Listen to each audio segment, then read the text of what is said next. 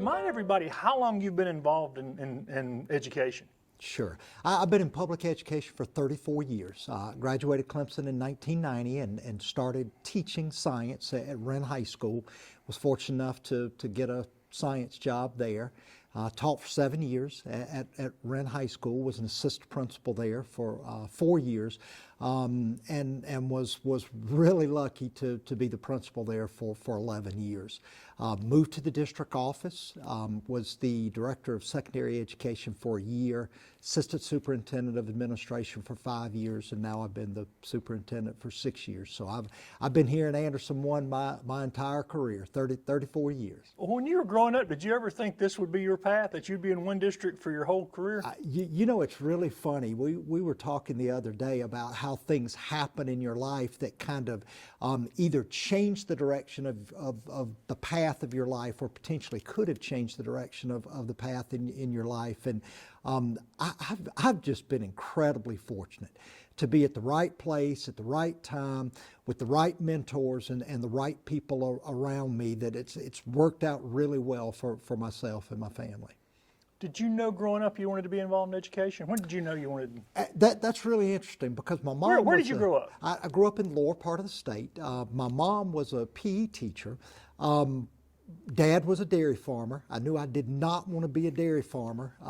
In fact, that was a really good motivator for me in school to make sure that I did well enough so that I did not have to be a dairy farmer. I mean, God bless the farmers, but that was not the life for me. People who are nostalgic for farm work have never done it. That's exactly right, for sure. But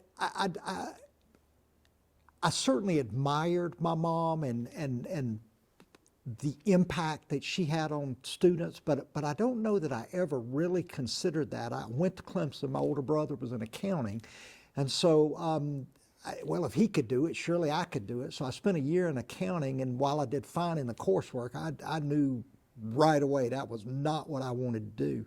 I had a biology class that I really, really liked, and I tutored quite a bit of the folks on my hallway, and they said, you know what, you're a really good teacher. You ought to consider that, and really the rest is history. Wow, and where did you do your student teaching at? Easley High School. Okay. Yep, did spent a semester there at Easley, and had a great supervising teacher, and really got a really good introduction to education there. And then, of course, that was a time where nobody really hired teachers until the summer. It was either during the summer or, and I was finished with my student teaching, but I still had to come a few more days. So my supervising teacher said, why don't you go to some of the area high schools and speak to the principals and just, give them your resume. And that's what I did. And that actually led to a job at Wren High School. How was it different then? How was it different when you got into education than it is now? Just I know you can't say everything, but just some of the things that strike you that are different from when you started teaching.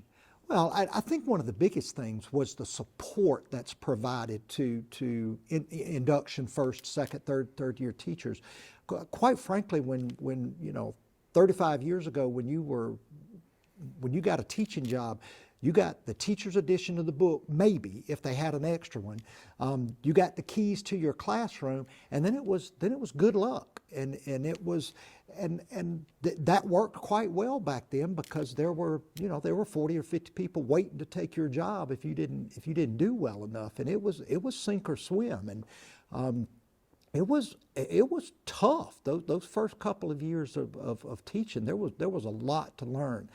Now, there's a real understanding that there's not 40 or 50 people waiting to take that job, and in fact, you may have 2 jobs and only 3 candidates, and so it's really important that we provide the resources that teachers need, particularly those young teachers need, to be successful. Make sure we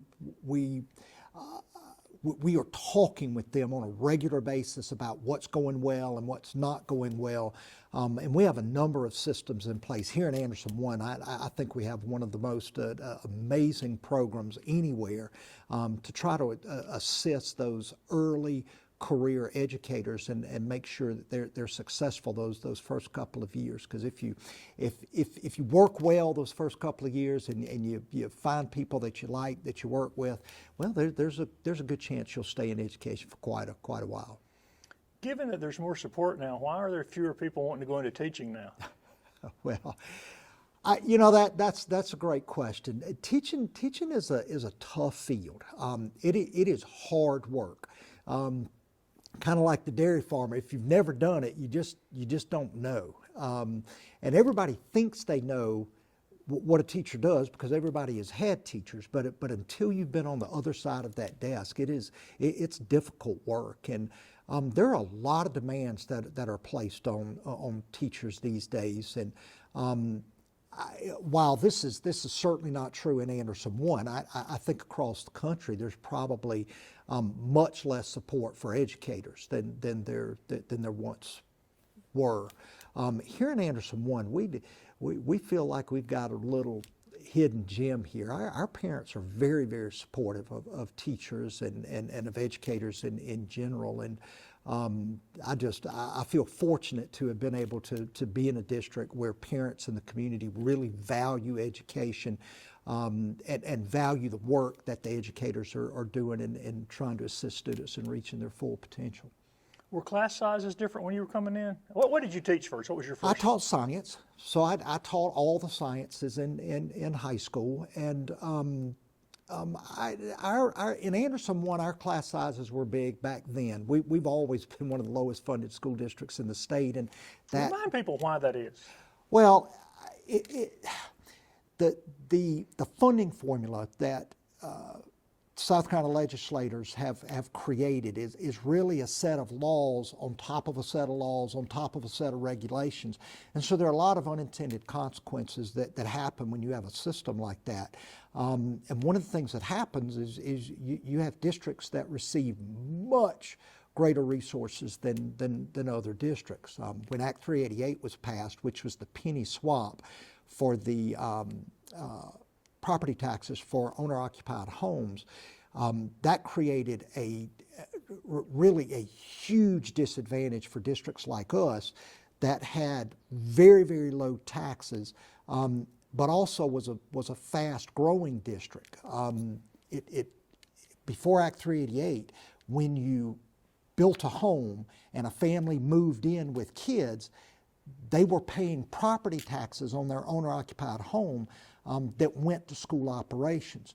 Act 388 removed all of those property taxes and replaced it with the penny sales tax, which would have been perfectly fine if the penny sales tax had kept pace with the property taxes of the owner-occupied homes, and they've not even come close.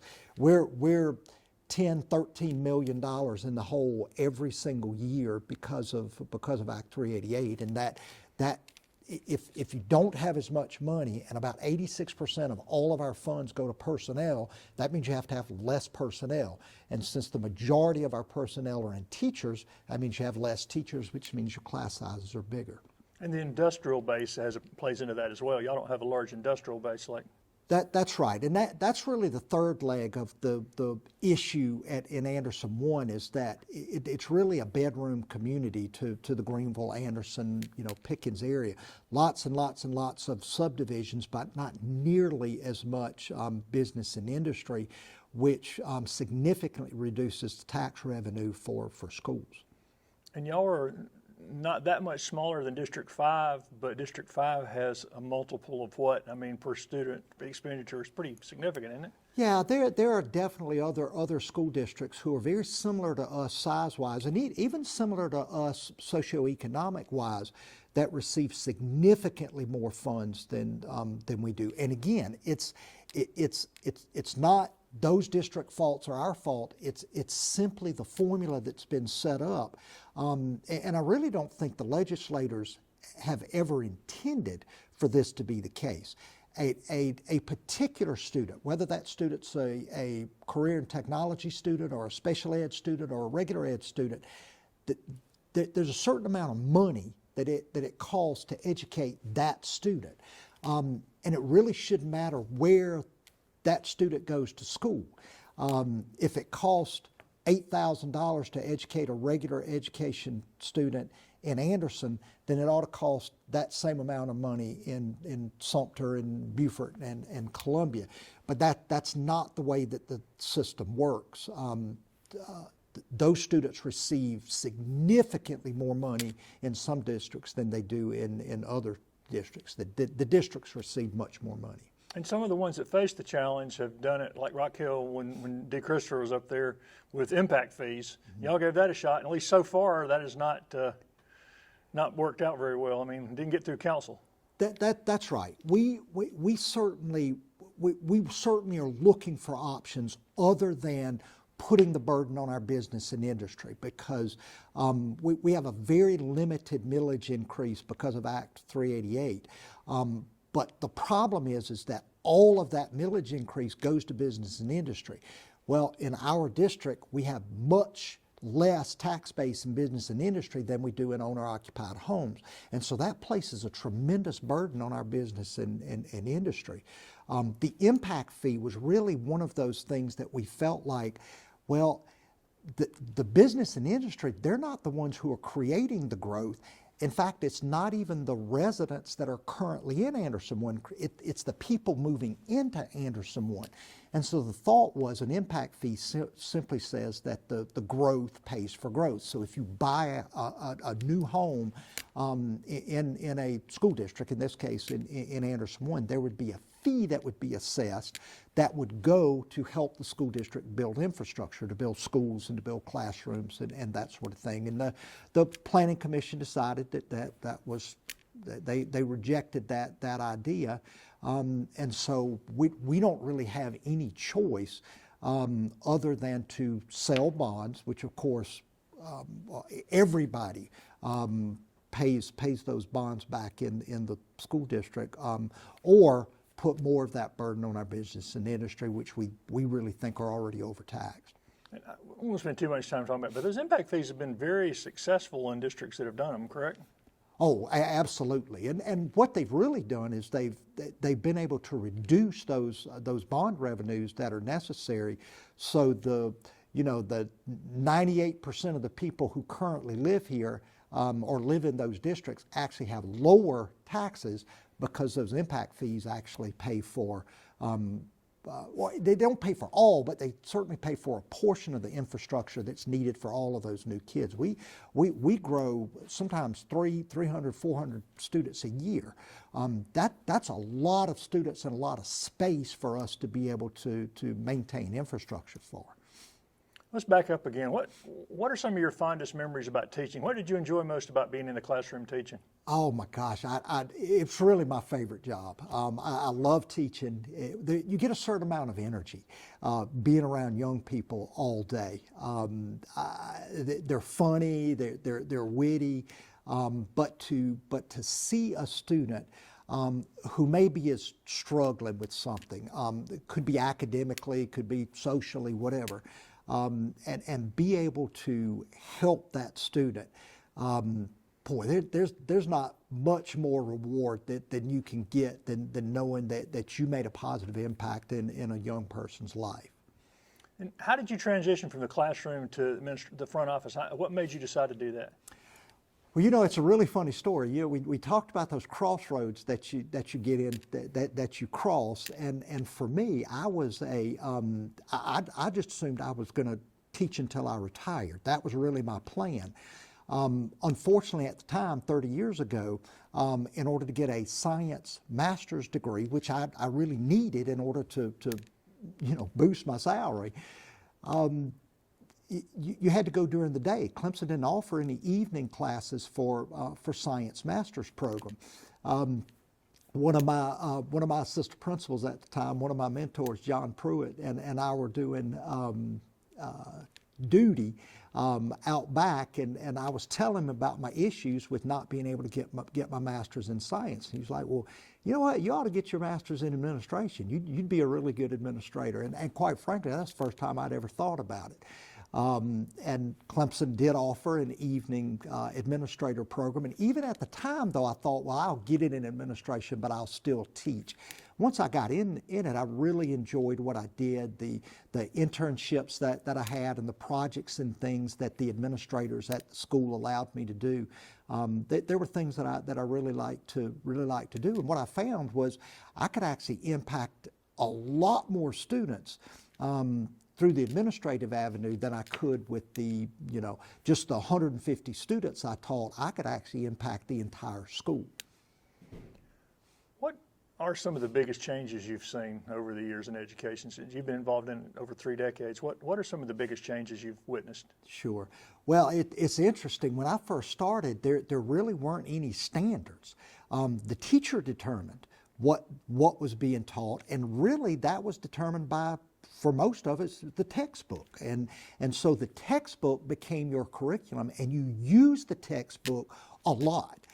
We all remember 30 years ago, everybody had a textbook, and you pretty much went from page 1 to as far as you could get in the book. Now there's a set curriculum. There's a statewide committees that work on those standards that students need to know and be able to do. I think that's really helpful because those textbooks aren't created in South Carolina. Those textbooks are created in Florida and New York and Texas and California.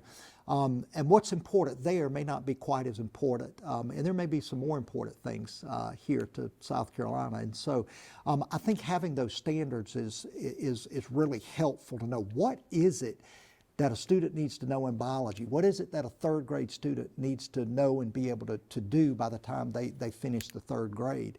One of the other big things is that the textbook really used to be, that was the sole source, certainly the main source that was utilized for teachers in instructing students. And now there is just a world of resources. Technology was very limited back then. Technological tools have been really, really helpful in helping teachers to put another tool in the toolbox of helping students be successful on those standards and skills that they need to see. Those are probably 2 of the biggest things. The information used to be that information itself was what you were trying to teach the students, that you had to know the parts of the cell and you had to know the systems of the body because you had to know those things.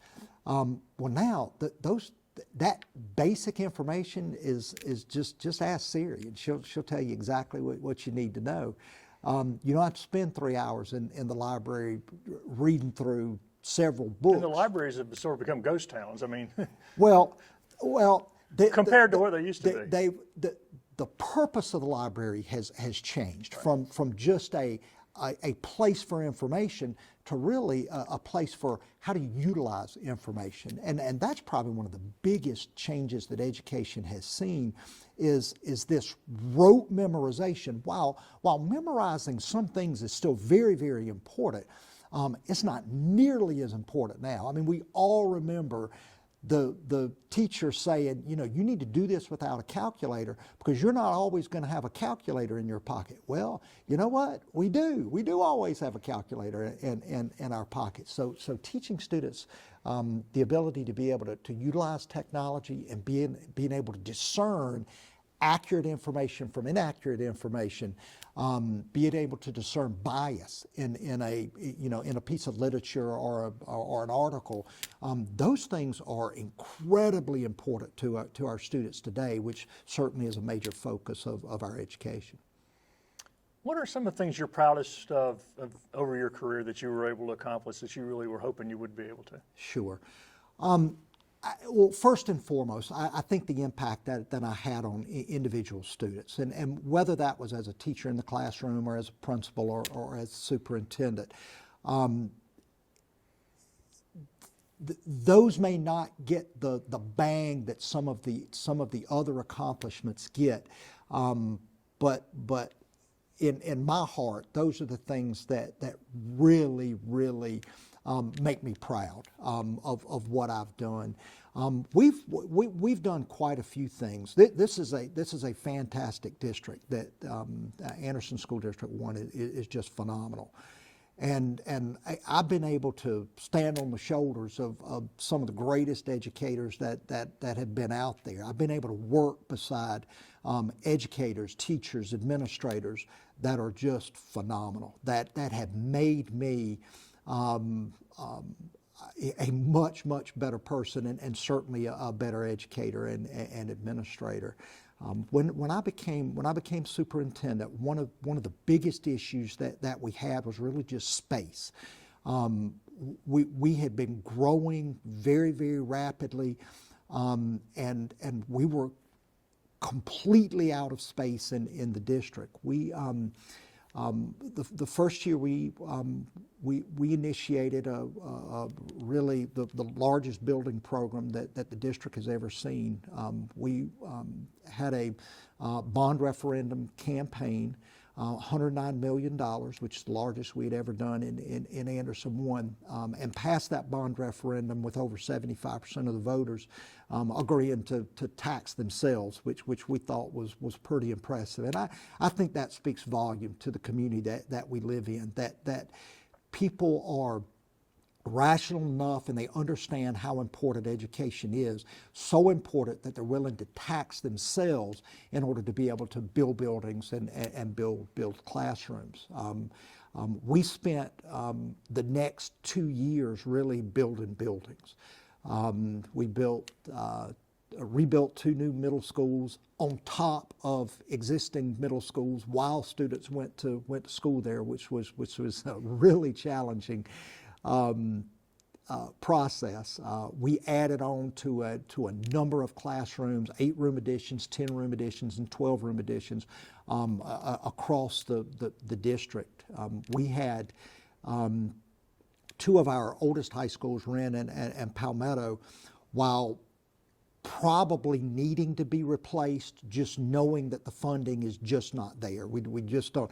It's an easy $120 million to replace a high school, and that's just not feasible for us right now. But we were able to do some significant work on the HVAC systems and the roofing and the electricity and some cosmetic work as well. And the idea was we need to get about 20 more years out of those high schools. So we completed that as well. We had some significant safety enhancements that we made throughout the district. We had school buildings that did not have secure vestibules, which was really the standard of the day. So we were able to, those schools that didn't have a secure vestibule, we were able to do that. We had a couple of schools whose main office was not at the front of the school, which created some real safety challenges for visitors actually having to walk through the school to get to the front office. We were able to fix those.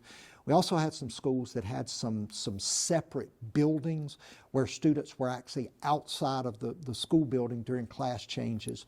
And obviously that's not near as safe as a student being inside the building. And so we were able to create a situation either by fencing or by walls or other mechanisms for making sure that all of our school buildings now, the classrooms are all inside. They're all either inside the fence or inside, inside the hallways. And very, very proud of the enhancements that we made to our camera systems and our security systems.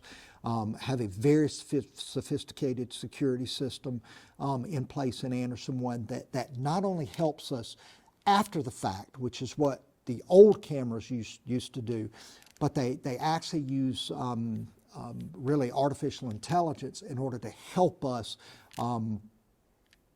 prior to an incident may be happening. And so we're certainly very proud of that. And of course, right on the heels of all of that construction was the worldwide pandemic. And I am just incredibly proud of how this district managed that crisis.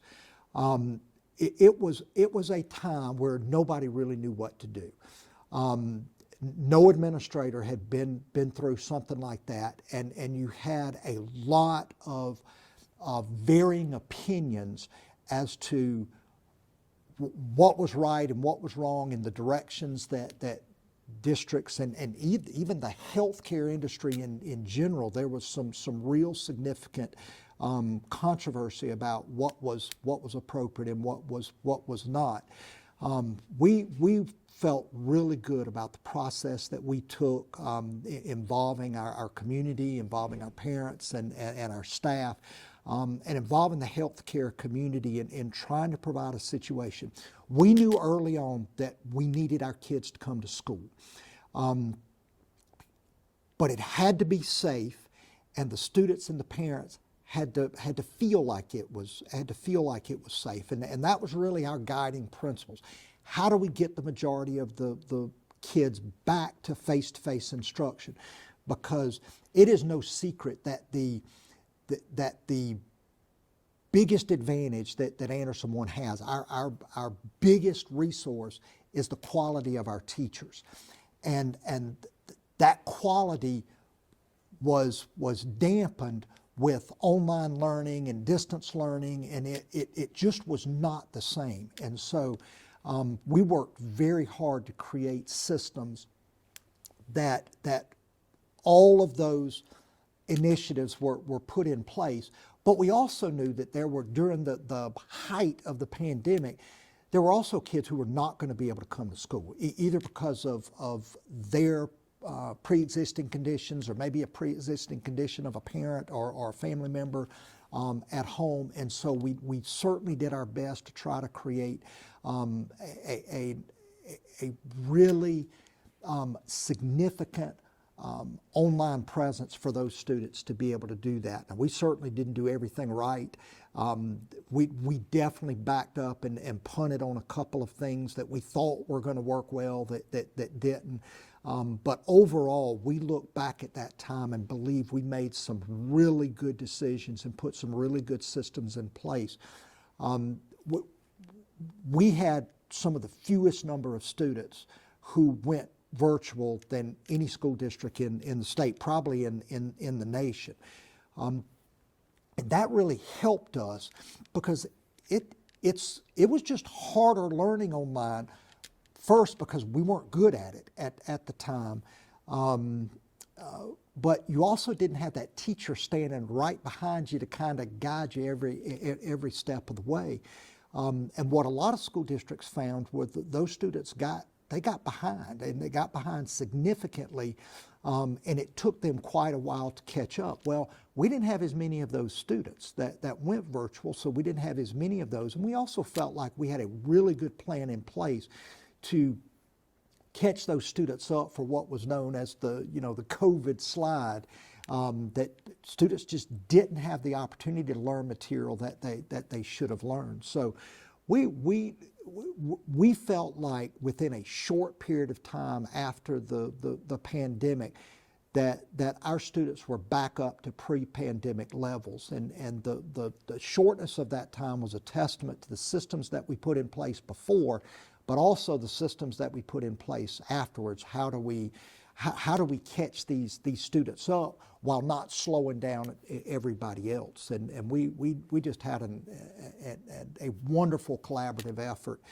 within our staff and our community and parents to work through that process. And then I think finally, one of the things that we've done in Anderson One, and this has been a 6-year ongoing project for us, was the implementation of our professional learning communities. Anderson One is known as a really good academic environment. But what we had found was we had reached a level that we, for whatever reason, just couldn't break where we were. We'd go up a little bit and down a little bit, up and down, up and down, up and down. It was always high, but there were still students who weren't graduating. There were still students who weren't mastering the content. And there were really bright students who probably weren't being pushed to the level that they needed to be pushed. And the professional learning community, we found, was the avenue to make both of those things happen. The professional learning community is really, it's really very simple. It answers 4 questions. What is it that students need to know and be able to do? And of course you have the state standards, but you can't teach all of those standards to the same level of rigor. Some of those standards are more important than others. So the first thing you have to do is you have to look at your standards and you have to determine which one of those standards are essential. Which are the ones that are enduring, that you have to have when you leave 3rd grade, or you have to have when you leave chemistry, or whatever the case may be. And so the teachers spend a considerable amount of time really digging into those standards, say, well, what does that standard actually mean? Unpacking the words and the verbs in the standard. What is it that they really need to know? And how important is this? Is this an essential standard? So question number 1 is, what should students be able to know and be able to do? And that's where our essential standards come from. We have essential standards in every subject and every grade level across our district. Every teacher knows these are the things that kids have to know. And that doesn't mean that we don't teach the other standards. We do, but they would not receive the same level of rigor and the same level of resources that those essential standards do. And question 2 is, well, how are you going to know whether students know those standards? How are you going to know whether they master those essential standards or not? And that's where our common formative assessments come in. The idea is that you create a system where students receive pre-test, quizzes, to make sure that they know those that they know those essential standards. And those assessments are created commonly among the teachers that are teaching the same subject or the same grade level. And the idea is that we work as a team. Our entire team is working to make sure that every kid who's in the 3rd grade, not just my 25, but every kid in the 3rd grade, or every biology kid in the school, regardless of whether I teach them or not, one of my responsibilities is to make sure that they learn the essential standards. And so those assessments are used to essentially determine who knows it and who doesn't. And then questions 3 and 4 is, well, what are we going to do when the student doesn't learn it? What are we going to do when they don't get it? And what are we going to do when they already have it? Because we got students who walk into a class already being able to do the essential standard that you're, or a student with just very basic instruction has got it. So what are we going to do to elevate the learning of that student? And so the systems are created to say, all right, we've got some students who don't know this standard. They've not mastered this standard. Well, you know what? When you taught it to your kids, 100% of your kids got it. How did you do that? What techniques did you use, and what systems did you use to ensure that those students know? Well, let me tell you what I did. Oh, that's a great idea. You know what? I'm going to use that next time. So not only are the kids learning, but the teachers are becoming better teachers every day because they're learning from their colleagues and they're using data to determine what works and what doesn't work. And obviously there's for those students who already have mastered the material, how are we going to elevate that learning? There's a part of this learning that we don't normally get to that's important. Okay, we're going to push that student into that area and do some enrichment work with that student to make sure that they're reaching higher levels. And what we've found is that those professional learning communities, those teachers that are really collaborating really well together, the success, the academic success of those students is unparalleled. The lowest students are better than they've ever been, and the highest students are higher than they've ever been. Our assessments are bearing that out. Our state tests are bearing that out, and our assessments that we give throughout the year are bearing that out as well. And so while it's a never-ending pursuit, because the next year you have a different group of students with a different group of issues and a different group of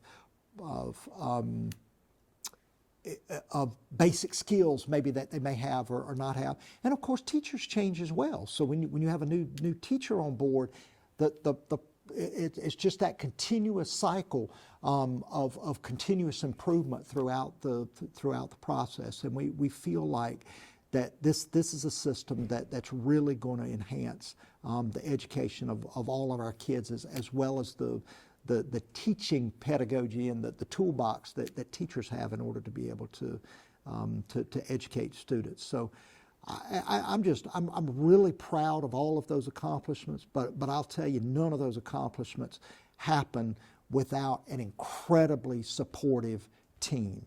I can't express the gratitude that I have with the team that I work with.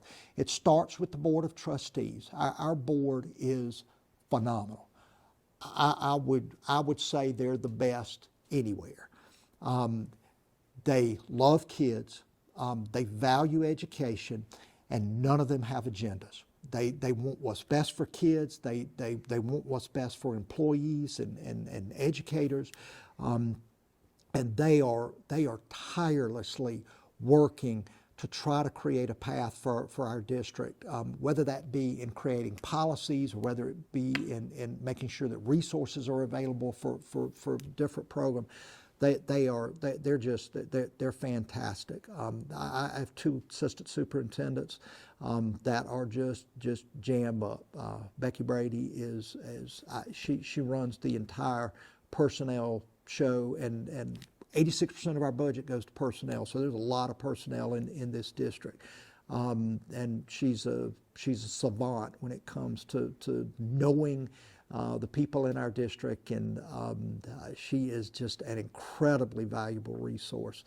Dr. Jeff Wilson is our assistant superintendent of administration and instruction. He does a great job and really a heavy load to lift to be able to manage the instruction piece as well as the administrative piece. All the problems that come to the district office that don't have to do with personnel go through him. And so that there's a lot of issues that cross his desk that he has to handle, and he handles those very well. And has a really good sense of instruction and the things that we need to do in order to be successful. And he's got an incredible team underneath him, the learning team, which really has, I would say over the past couple of years, has just really blossomed into a group that dynamically leads our instructional program throughout the course of the year. They're very, very thoughtful about those instructional practices and how to provide essential professional development to teachers, but they also very well understand that teacher's job is really, really hard, and so they have to keep that in mind, and they always do, in preparing things to make sure that teachers aren't overloaded or overburdened, to make sure that the timing of things is as good as they possibly can be. Our administrators, bar none, they are fantastic. I was counting this morning. I think I had a hand in hiring 9 of the 14 principals that we have on staff now.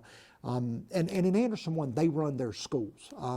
We have site-based management in our district. We don't have enough people in the district office to run a school. The principal and the administrators and the staff there at the school have to run their school, and they're phenomenal.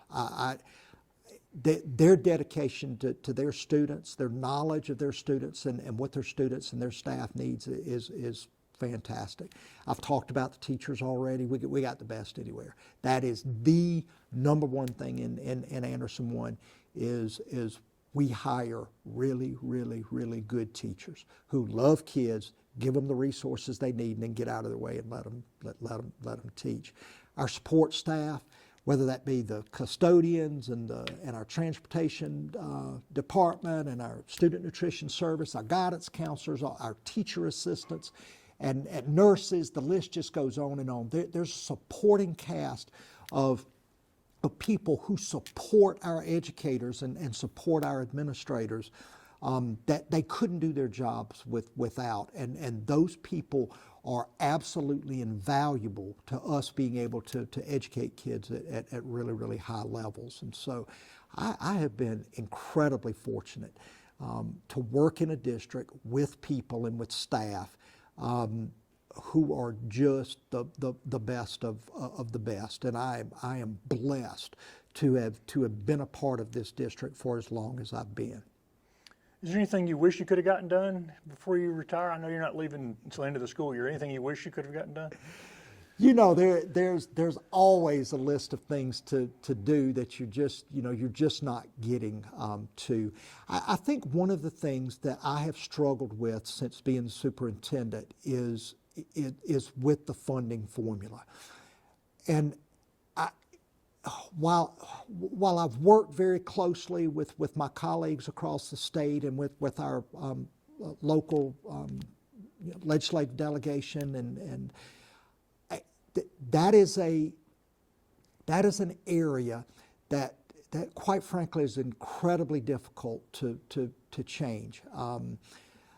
I hope at some point there will be enough political will in order to help districts like Anderson 1. I'm hoping that will happen. Unfortunately, my efforts did not change that very much, but I'm disappointed in that. But that's something that is certainly always on the radar for schools, districts like us. That just receive much less funding than even an average school district does. So that certainly is one of those things. And you always look back on things and say, should I have built 2 more classrooms here instead of doing 10? Should I have done 12? Is the building program going to sustain the growth in the district until the next bond referendum or until the next building program can be initiated? Right now, we feel good about that. I wish we had extra space. I wish that we as a district were able to build extra space, and unfortunately, the funding's just not there to do that. So we build what we need, and then we just make do. We make do, and the schools do a great job of that until we're able to accumulate enough resources to build more buildings and more classrooms. When you walk out of here at the end of the school year for the last time, turn in your keys and everything, what are you going to miss most? The people. Absolutely going to miss the people. The people that I work with. Again, I've been blessed to work with the quality of folks. The people that are here at the district now, the people that have since retired, that have played really important parts in my development and the creation of the culture in this district.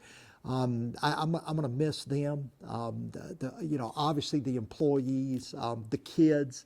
While I don't know all 11,000 kids, I'm going to miss walking into those elementary, middle, and high school classrooms and seeing those smiling faces for sure. Over 40 plus years, talked to dozens of superintendents, and the stress level, it's a pretty high stress job. People that have not been around education and administration don't know that. Let people know, just give people a general idea what you're going to do to relax. What's next for you when you retire? Well, that's a great question. My wife and I have bought a little place down at the beach, and so we're gonna spend a little time on at the coast, and I will do something. I won't be retired for good. I'll do something. I don't know exactly what it'll be. Could be in education. Certainly could be. But it'll be a different kind of job than I have now. Yes, this is a stressful job. There are a lot of landmines that you have to maneuver around, and it's important. So there's a sense of the work that we do in this school district makes a difference, and that in and of itself creates some pressure, because it's not just a job. You're affecting people's lives, the employees that work here. Obviously, the students' lives are impacted, and that's a burden to carry, to know that the decisions that you make could positively or negatively impact people's lives. So this is a phenomenal district. There are great folks that work here. I've got no doubt that this district is going to carry on and just continue to improve. And I'm just really excited to see what they accomplish next, because I know the trajectory is high, and everybody's on board with this continuous improvement effort. And I'm just really excited about seeing where this district heads next. But you're going to relax for a while, though, right? You're going to take some time. I'll relax a little while. That's right.